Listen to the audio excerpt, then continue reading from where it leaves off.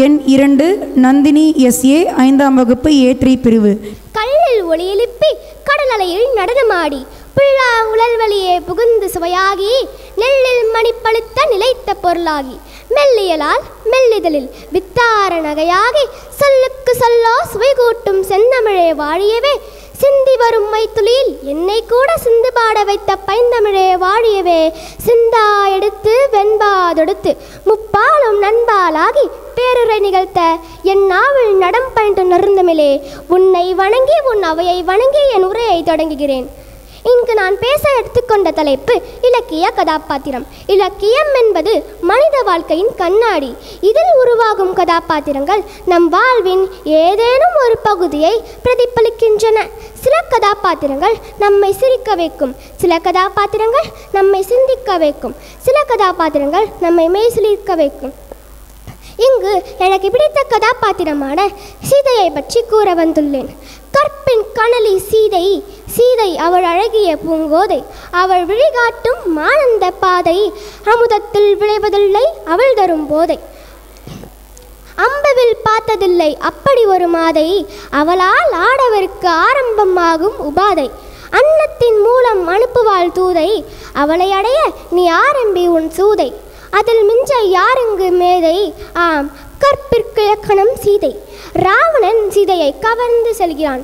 அசோகவனத்தில் சீதை சிறைப்பட்டிருக்க ராமா என்ற சொல்லின் செல்வன் ஹனுமன் வந்து இறங்குகிறான். ராமனிடம் கொண்டு சேர்ப்பதாக சீதையை அழைக்கிறான். ஆனால் சீதையோ அது ராமனின் வில்லாற்றலுக்கு இழிவு என்று எண்ணி எல்லை நீத்த உலகம் யாவையும் என் சொல்லினால் சுடுவேன், அது தூயவன் வில்லின் ஆற்றலுக்கு மாசென்று வீசினேன் என்று கூறி ராமனின் வில்லறத்தை காத்தாள்.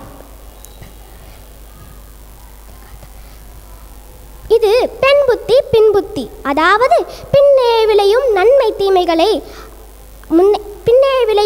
தீமைகளை ஆராய்ந்து அறியும் புத்தி என்பதை நமக்கு தெள்ள தெளிவாக விளக்குகிறது.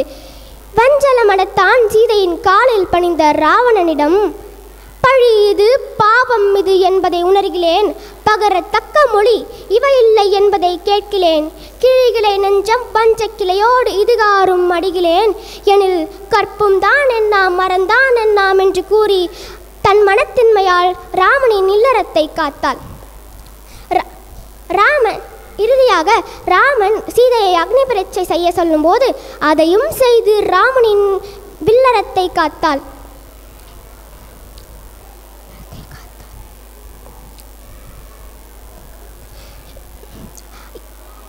புகழ் புரிந்த இல்லோர்க்கில்லை இகழ்வார் முன் ஏறுபோல் பீறுநடை.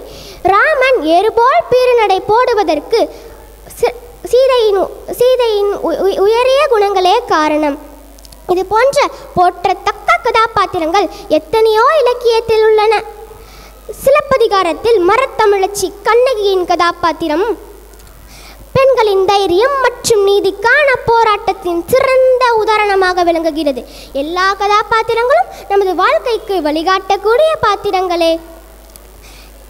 இவர்களை நமது வாழ்க்கைக்கு ஒளியாக கொண்டு முறைப்படி வாழ்ந்து அனைவரும் சிறப்படைய விரும்பி வேண்டி உரையை முடிக்கிறேன். நன்றி, வணக்கம்.